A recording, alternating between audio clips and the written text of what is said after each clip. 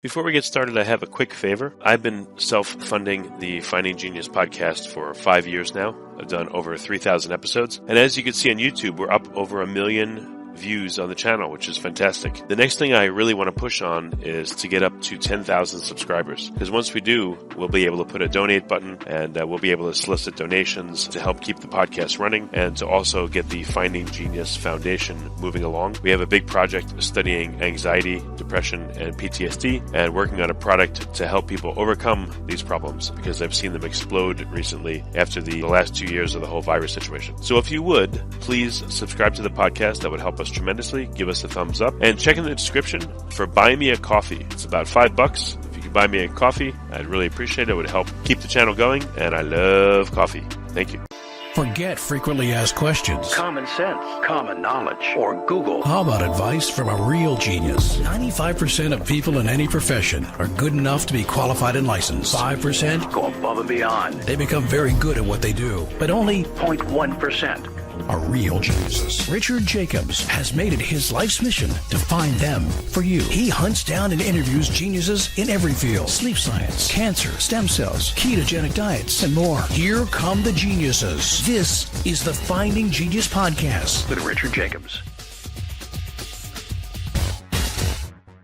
Hello, this is Richard Jacobs with the Finding Genius podcast. My guest is Jon Sabes. He's a Chief Executive Officer and author of Healthy, Wealthy Longevity, The Good Things in Life for as Long as Possible. That sounds pretty good to me. He works in the financial services industry, and he focuses on how longevity impacts every aspect of financial products and services consumers purchase. I guess what comes to mind is life insurance immediately, but a lot of other products I'm sure too. So welcome, Jon. Thanks for coming. Thanks, Richard. Thanks for having me. Great to be here. Yeah, it's interesting. You're interested in longevity and also finances. How did that come together for you? Like, what was your path like when you decided to merge the two? Yeah, I'm a financial services guy first, lawyer, Wall Street experience, and I ended up, I think you kind of touched on it, in the life insurance industry, but not in the traditional sense. I ended up in what's called the life settlement industry, which is, I like to call it the lost mailroom of the life insurance companies.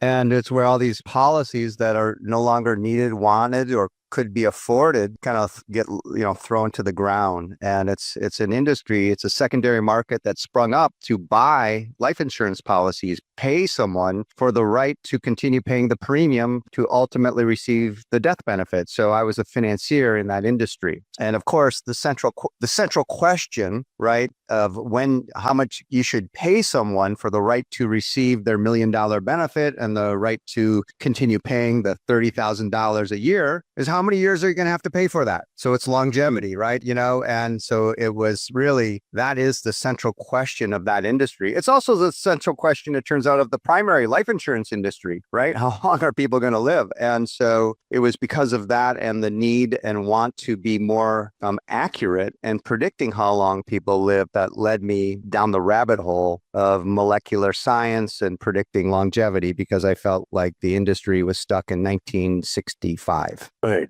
So, I don't think most people think about longevity at all. I guess an insurance salesman sells them the policy that says, have a great day, but they talk to them nothing about anything else. Do you broach this subject with people that you help underwrite policies for, or how does it integrate with what you do? So I've had a multifaceted career. Today, I'm focused on, I'll call, bringing the conversation of healthy aging and healthy longevity into the context of financial products and services. So that's my business today. It's called Longevity Financial Partners. And, it's frank longevity, our own personal longevity, how long we're on the planet, right? It's our most valuable asset. It's the most invaluable thing we have, because when it's gone, it's really gone.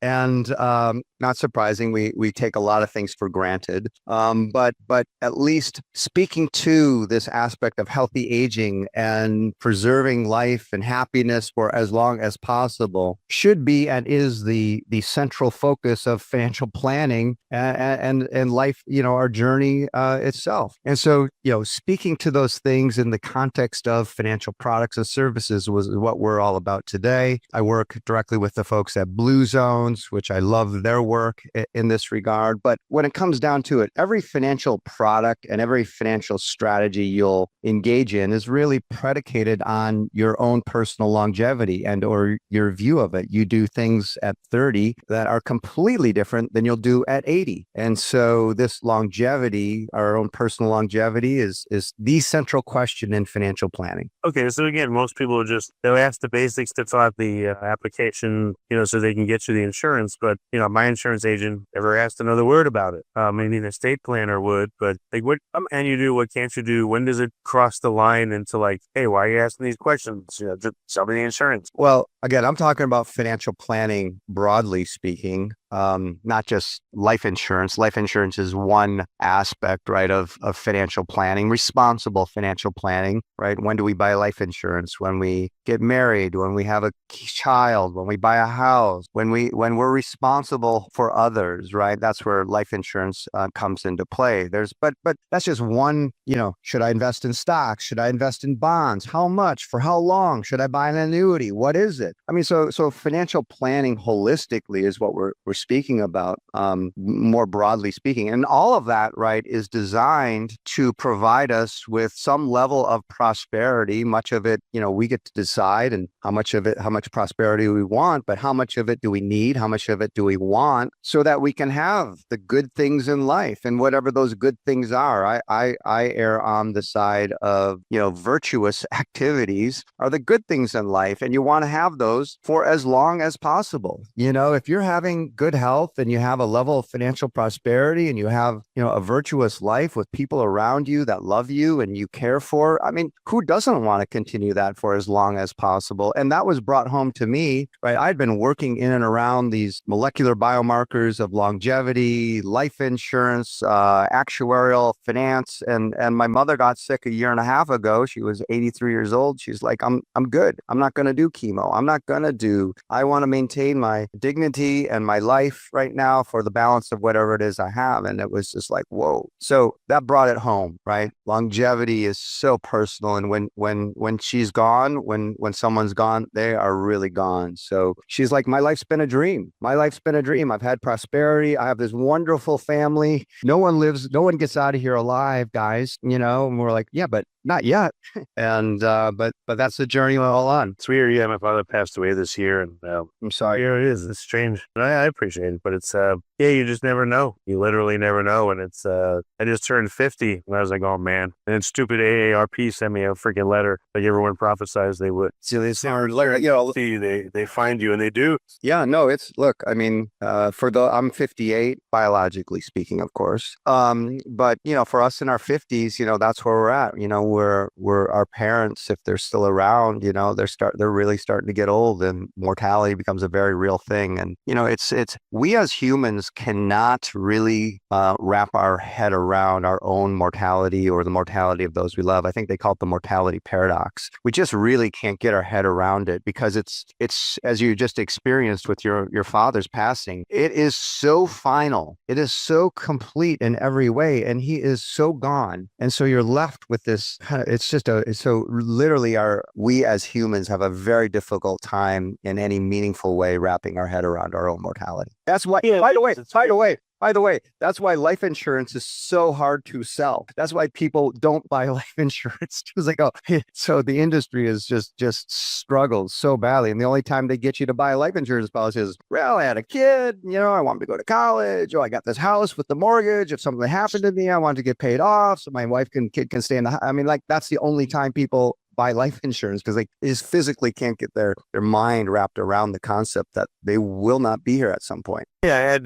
thyroid cancer about 8 years ago, so that was like a big wake up call. Because I think a lot of people think, I'll just like peacefully pass away in my 80s or something, and then when something like that happens, you're like, oh shit, I could die tomorrow. I could die next month. I could die in 6 months, and it really changes your outlook. It's weird. Yeah, I read about a good way. Yeah, well, I read about your experience, and it's amazing what you've done and how it led to this podcast. So it's all super cool, I think. But you're touching on something again relative to financial planning for old age, right? Which is, I know I've got a 99.9% chance of being here tomorrow. Okay. Not 100, but a pretty good one. But I also have a 99.9% chance of not celebrating my 122nd birthday, which is, by the way, the oldest living human on Earth recorded that people have been documented to know of. So that may have actually been a scam I had heard. Not that it would be far off, but supposedly the lady's daughter, Jean-Marie Calumet, claimed to be her so that she could get that 122 and a half year old designation. But if not her, then like the oldest was like 118 or 117 or something, but still. Yeah. I know. Yeah, I've read that. I think that one happens to be real. Although that's a common issue, right, around all this longevity science. I mean, blue zones have been criticized about, the thing they say that's only common in blue zones is the fact that people fake how long they're alive so they can continue to receive these pensions for a very long time. That was a very interesting critique of some of the blue zone research. I think they've done a good job of refuting that. But the thing I would touch on even with blue zones is what is true is that they do live long. They have historically lived long lives there, but they have also been the happiest people on earth. And that to me is the really key piece of this is we want to live a long, vibrant, healthy life, but we want to be happy. And so what are those things that lead to experiencing more happiness through this journey called life? So yeah. Yeah, I guess, a couple of things. One is that I don't know if this goes for all people. I hope it does, but I've gotten more patient as I've gotten older. So I'm willing to invest in things. And I guess because I know, I don't know, how could I not have known, but I know that at some point I'm going to pass away and I have children and all that. It's just, I don't know, again, just being older, I'm more patient. So I'm able to invest in things. And the lesson I learned is you just got to hold for a long time. You get whatever assets you can, big or small, and hold. And I look back at my own financial journey. If I had held on to things that I had gotten before, I would be doing really well, but I was foolish. And now I'm trying to be, again, more patient and, hold on to things hopefully for 10, 20, 30 years. And I'm hoping to hear from, or at least my children to say at some point, thank God Dad did this 30 years ago because we're okay now. But it took me this far to get to think like that. Yeah. I mean, you mentioned this book I wrote. It's called Healthy, Wealthy Longevity. It's really I'll call a personal development, self-help book more than anything. And it's based, I've been a study of, positive psychology for many years. I credit it for, the things I've achieved in my life. And I'm proud of a lot of the things that I've done. So a few things, not so much. But, what it comes down to is exactly what you're saying is, how can you start upstream, with confidence in the downstream result, right? And so you're saying starting early, which is right. You want to start early so that you have the benefit of compounding. And you can compound every aspect of your life in a very positive way, or if you have enough self-awareness of these things and can make better decisions earlier in time and stick with it, the chances, right, the probabilities, it all comes back to chance and probability. The chances improve of better things happening to you over time. I like to say, you can then count it up to bad luck versus a permanent condition, right? Which is not a permanent condition of one you don't want, right? Which is, being alone, being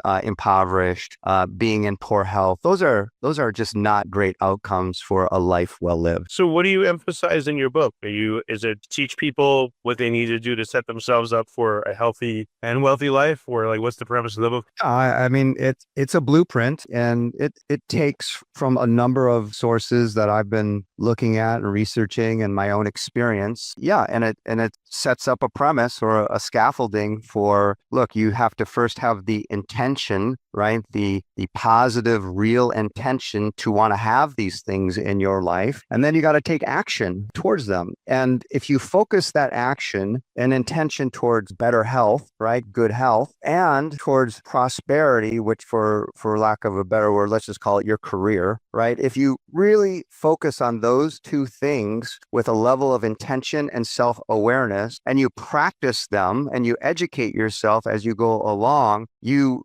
radically increase the odds of getting what you want over time and over your life. And, it's chock full of references of gene expression related to health and epigenetics and biological aging, where we learn, right, that our lifestyles so directly influence gene expression in a way that we had no idea, which is what I was commercializing. I was commercializing saliva-based epigenetic biomarkers for life insurance underwriting. thing. I said, you guys are stuck in 1965. There's a whole new field of science. There's got to be something better. And I came across Dr. Steve Horvath out at UCLA, who had discovered this thing called the biological clock. And I went and visited him. I said, so let me understand this thing called the epigenetic biological aging clock thing. And I said, have you heard of a life insurance industry? He goes, no, what's that? I'm like, oh, well, it's a little industry who has a lot of money betting on how long you'll live.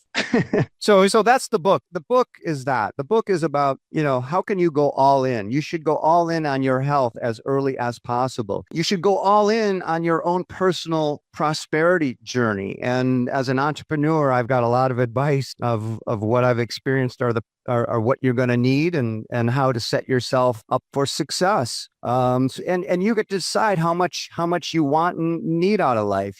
Some people want to have everything and this and that, and 4 cars and 7 homes. And other people are like, no, I just want to have $1 million in my 401k and I don't ever want to have to worry about money. And I want to paint and read on the weekends and do all these other things. So it's up to you. Well, how does someone go all in on their health and their wealth building? They go all in on their health by first, I'd say, having a healthy mindset. And that's how you begin that positive health journey. You have to have a healthy mindset and you have to want to be in good health. So that's the first step. Then you have to develop habits and you got to set yourself up for success for health. And the easiest way that we can all do that is we can set our environment up in a way that makes the default choice, the default action, the healthier action. Because a lot of us are going to fail in our self-discipline and you get back to the gym. But if you put your walking shoes out and you walk your dog once a day, if you clean out your pantry and get rid of all the salty, sugary foods and the ice cream in the freezer, and you put some bananas and some Greek yogurt, you're setting yourself up to have a healthy mindset and then make that default behavior the healthier behavior. So that's the way you can go all in. And I would suggest that no matter what career you're in, whether you're a lawyer, a financial professional, if you're into good health, other people will recognize that and they'll be attracted to it because people want to be in good health. They want vibrancy. They want high energy people. And so that's even how that relates into prosperity and your career and succeeding. What I say is if you go in all in on your health, it translates into your professional journey in a way you cannot even believe. And I can see you've even done it. You went all in on health and look at your career. It fucking blew up. You got this podcast. It's incredible. Right? And that wasn't the journey you were on, but you went all in on health. And now look what's happening. Well, I could tell you a couple of experiences that really shaped me is I went to Dave Asprey's Bulletproof Conference, I think in 2018 or something like that, 2019. And at the conference, there was probably 600 people. And I could tell you, I was literally the only person that was overweight there. And I remember looking at all the people and I was like, wow, these people look really great. And I was in line for this one booth and the lady in front of me had gray hair, long gray hair. And I started talking to her and she had super clear eyes that you only see in very young people. And I said, I hope I don't mean to pry, but how old are you? She's 74. I said, oh my God, you look amazing. And she's like, well, I worked a very long time on it and I try to keep myself in good shape. And so the conference was a real wake up call. It was amazing to see what people can do that try. And then I got home to Austin and I went to a regular grocery store and it was a different species of people. People looked awful in the grocery store. They just, inflamed and just sickly and they dark patches in their neck and, that acanthosis nigricans, when you have too much sugar, your skin kind of turns dark. There's all these problems, but I saw literally how you can almost have 2 species of people depending upon your health. Good news is, and I hope this is the case with your journey is, the human, and this obviously from all the work you've done, the human machine is remarkable. So it's really almost, I hate to say it, almost never too late. That being said, the earlier you start and the more consistent you are, you meet the 78-year woman, and you're looking at her crystal clear blue eyes and it's just radiating out of her, the energy and the vibrancy. But this human body, this beautiful human machine is so resilient. It wants to be healthy. It really does, but you got to help it, and you got to, and the best way that I've found out, and this is sort of the Dan Buettner Blue Zone way, which is, set that environment up to do things, just make that healthier decision a little easier for you, and develop that muscle muscle. And I still think it's a lot of self-discipline and intention towards it. So I like that part of it too, the self-mastery. How do you do it? How do you get to the gym when you're tired? I heard a sentence, something the other day I loved. I said, if you're tired, do it tired. You know what I mean? It's like, I never even thought of that before. I'm like, because sometimes I'm like, I'm tired. I don't know, work out. I'm like, no, just work out being tired. It's okay. I'm like, oh, okay, I'm going to do that. I'm going to try that next time. Yeah, I did that with, for a while in the winter. Well, 2 years now, I did cold, hot and cold plunges, and it steadily got colder and colder and harder to do it, but I felt really good doing it. But I realized, you don't have to like it. I never liked going in the cold. It was really hard to tolerate sometimes, but I felt great when I was done. And when I let go of having to like it, it wasn't so bad. It was a little bit of discomfort for a short period of time can really get you far. I started having microgreens at night. I would just have a big handful of them. To me, they taste disgusting. I would just have them with drink water as a chaser, but it didn't kill me. It was 2 seconds. It was done, and it helped my health tremendously. So I guess I would say, that you're being asked is if you can just tolerate a little bit of discomfort, you can get a lot further along than you otherwise would by not doing any discomfort. I think the common theme there is all growth comes from some level of discomfort, right? Growth comes from discomfort. And I'm a big hot cold guy as well. I founded the Sauna Research Institute with a few other guys. And but it goes back to this idea of it, when you experience a little discomfort and you maintain a little positive intention and attitude about it, when you come out of it on the other side, there's where the growth comes. And I think that's true in every aspect of your life. Yeah, definitely. So how are you boiling this into to finance? Is it coming through marketing materials or conversations with people, or how do you see that your conversations are different, and how are people responding? Yeah, I think we're getting there. We're just starting to work with RIAs, registered investment advisors throughout the country who help people with financial planning. This country this year is peak 65, so more individuals will turn 65 years of age in the U.S. than in any year before and any year after. And so we have this massive population bubble, coming into basically the retirement years, although I argue, retirement is sort of an artificial notion. It was sort of created out of necessity and an idea, but I think folks need to stay busy their whole lives. But anyways, people think about retirement, they think about life change, and it's true. As we age, we slow down and we certainly change. So we're out talking, we work with RIAs, we talk about financial planning, we talk about healthy aging and the role of money and how to then financially plan for it. And the thing I'm most excited about later this year is we've got a kind of a number of very innovative products that we're going to bring to market that are so excitingly innovative that I think it's really going to change the way people think about planning for old age. That's I think I was about to touch on that, which is we've had a very big shift in the U.S. Financial retirement landscape. It used to be people could rely on, for the most part, corporate pensions to finance their old age. And over the last several decades, we've been undergoing a very subtle but massive shift where the responsibility of financing your old age is now yours. Social Security just announced that by 2034, they're going to have to reduce benefits by at least 25%. I mean, we've been hearing it, but they finally just told us how much and when. So we as individuals need to financially plan for old age. And by and large, we're living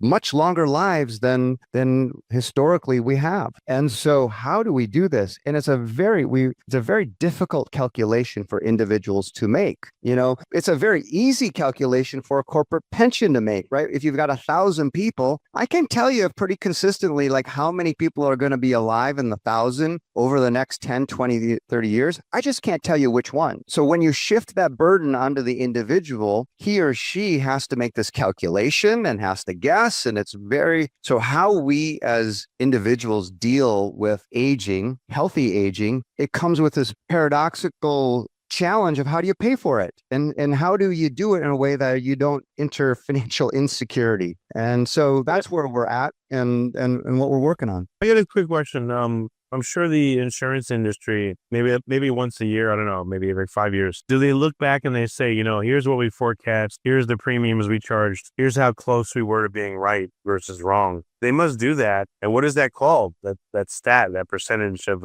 correctness of their model? I guess actual to expected. They're constantly updating the actuarial tables, so they're consistently doing that. And so they're studying that. Although, when I was working on my last company, we were doing our SEC offering, the first sentence of it was, we're going to make longevity science fundamental to the life insurance industry. Like, why wouldn't you? Why wouldn't you pay attention and make that sort of if you're a life insurance company, you pay death benefits out when people die. If you could keep them all paying premiums and alive forever or longer, you win. And there's so many exciting things happening in precision medicine, as you know, which your entire podcast is all about. There's so much happening right now. We're on the cusp of just some incredible breakthroughs for folks. And I think, the financial services industry is lagging significantly in adopting the importance of this relative to the lives of the clients they serve. Does anyone know standard figures on the actual versus projected for various insurance firms? Like, is it 95%? Is there an industry standard? Like, how much could it be improved? That's I don't have a exact answer to that. I mean, what we do know is insurance companies know very little about late stage mortality. So they know a lot about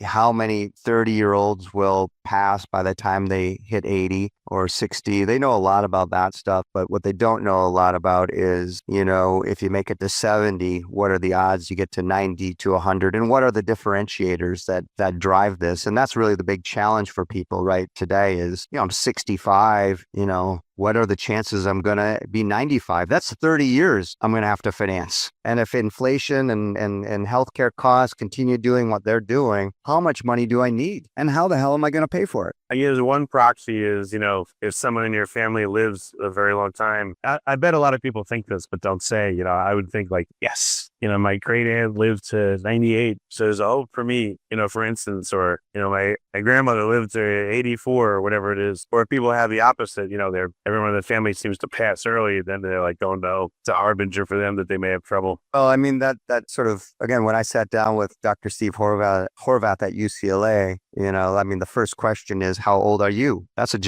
sort of a genetic time question. And then they ask, the second question is, how do you smoke or not? Right? That's a lifestyle question, which, by the way, his response was, epigenetics, I can tell you how much, not only do you smoke, but how much do you smoke? And the third question will be, well, how old did your parents live? Right? So now we're back to genetics, and then we're back to lifestyle. So genetics are the starting point. And clearly, if your parents, lived longer, that's a great starting point. But it's if you smoke and sit on the couch and, eat a gallon of ice cream every day, and you won't live a long time like your parents did. What about if your parents had you very early versus very late? Their epigenetic load would have built up over their life, whether they're healthy or not. And I wonder how much of a different person you are being born again when they're young and have less errors in their genetics and less problems versus when they're older. So let's say your parents gave birth to you when they're 18, real young, versus 35. Yeah, I don't know that it really works that way, quite honestly.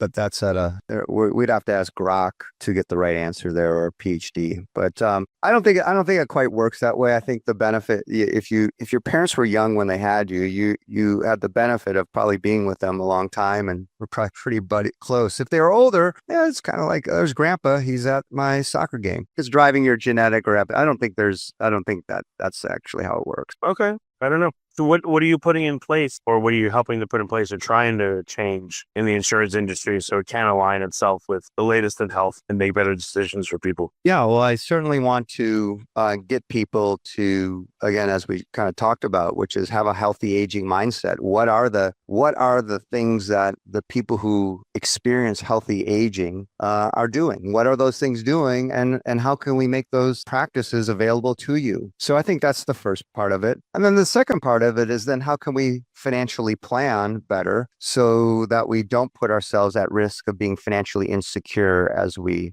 grow old? And and deep into old age, you know. And I think we touched on this. What could you do today that 30 years from now you'd be happy? I mean, imagine your 90-year-old self, where there's a pretty good chance you could meet that person. If you met your 90-year-old self, and if they could tell you, what was the one thing you could do today so that when you meet me, you know, I'll give you a big hug and say, thanks, man, for doing that way back when, because I'm here at 90. I'm reliant on you, my younger self, to have done some things correctly so that I can be here today and I can look around my life and I can say my life's been a dream. And it's all because of you, my younger. Instead of your 90-year-old self slapping you and saying, what the hell? Look at where I'm a ward of the state.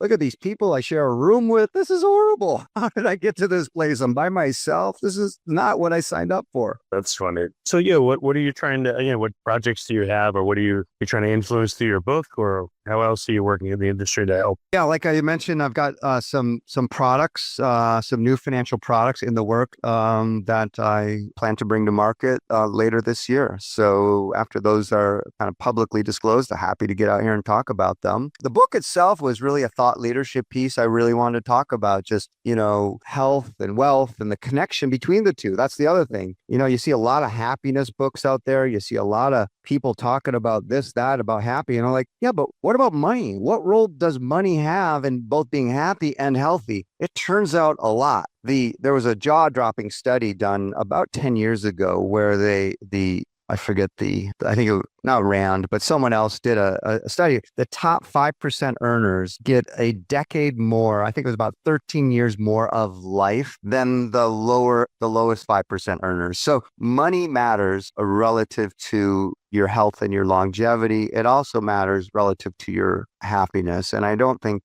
people connect those enough. It's sort of taboo. But it's also to say too, just like your genetics are your starting point, whatever you came into the life, whether you have money or not, your parents have money or not, you can have as much I believe in the United States of America, you have the opportunity to have as much prosperity as you want. You're going to have to work like hell to get it, but it's available. And the only thing I've been able to discern as a starting point for prosperity for those who have money and those who don't is a degree of financial literacy, and then the commitment to the hard work it's going to take, and the responsible financial planning practice that comes with a degree of financial literacy. What does it look like, in the near future? You have, a life insurance company that is fully on board with what you're saying. They're using all the latest diagnostics, profiling people epigenetically, et cetera. What do their policies look like? Like, what kind of behavior are they going to engineer into the policies so that they can profit more, plus the people can benefit? What does your interaction with a company like that look like? Oh, that would be cool. Well, here's the first thing, and this is what I was trying to do. You're right now today, after you put your application in, your first interaction with the insurance company is they send a phlebotomist over to your house or to your office that pulls out a syringe and gives you and takes 3 vials of blood and then gives you a cup and says, go pee in this. That's the first interaction. Yep. Now, does that make any sense to you whatsoever in terms of like a way to begin building a relationship? And where I was at and where the industry could and should be is spit in a tube. We'll look at your epigenetic profile of, do you use tobacco or not, and how much? Have you been living a healthy? I mean, how about that as a starting point, let alone how then I might build products and personalize those products to you and reward you for living healthier and better. So the industry is it's stuck in 1965. It has no hope of coming out of it, personally, my opinion. How hard would it be for you to start your own, Sabes life insurance company? Because you need like a $5 million bond or more? My prior company, I bought a life insurance company. I was building a full stack digital life insurance company. And we were going to use saliva-based underwrite. And you know what how difficult it was for the state insurance regulatory, to wrap their head around someone like me coming into their industry. It was just not going to happen. There's a saying in the life insurance industry, which I believe is true. It was designed by a genius to be run by an idiot. And I kind of believe that's true. So since we're on Finding Geniuses podcast, here's to the geniuses. They're all dead now, by the way, because all these life insurance companies were started many, many decades ago. They're all gone, but those are genius guys. Those are big companies. You got pretty far and you got stonewalled, or you just couldn't do it, or what happened? Well, I got caught in a cycle of the capital markets cycle. And at the time, I had this company, and then Deutsche Bank and RBC Dane Rod, they're all going to take me public, and it was all going to happen. And they valued the company at $350 million, and they're going to give me a couple $100 million. And I mean, I was on my way. And it took so long in the period in which I was trying to get our deal done. It went from, startups are amazing to startups are radioactive toxic waste. And there was a very long period of time, from 2021, maybe 2020, 21 for the next 3 years until recently did the capital markets start to open up again. So I got caught in that. And, that's why I'm doing Longevity Financial Partners. I'm not done. Who's to say? Maybe one day, I'll have the Jon Sabes Longevity Life Insurance Company. I'm open-minded. So your current initiative now, what are you looking to do specifically? Specifically, we're working with financial advisors, registered investment advisors who are helping their clients live their, best lives for as long as possible. And so we work with them. We have content around healthy aging. We work directly with the folks at Blue Zones. We bring Blue Zone content directly. We create Blue Zone environments for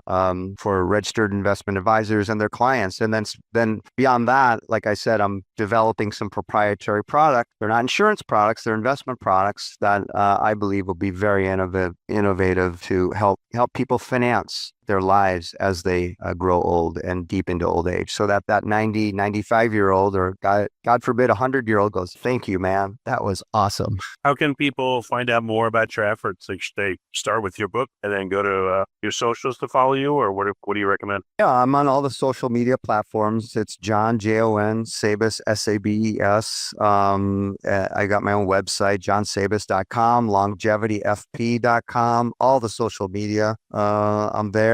And get the book off Amazon, Healthy, Wealthy Longevity. I have these personal prompt journals that I've been designing over the last 10 years that I use. I credit as sort of my tool, my own self-coach. You can buy those off my website. If you're into personal development and you kind of like the way I'm approaching it, please engage with me. I love it. Well, very good, Jon. Thanks for coming on the podcast and for fielding my questions from every direction. Appreciate it. Richard, thanks for doing the great work. You got a lot of really good podcasts, and keep it up.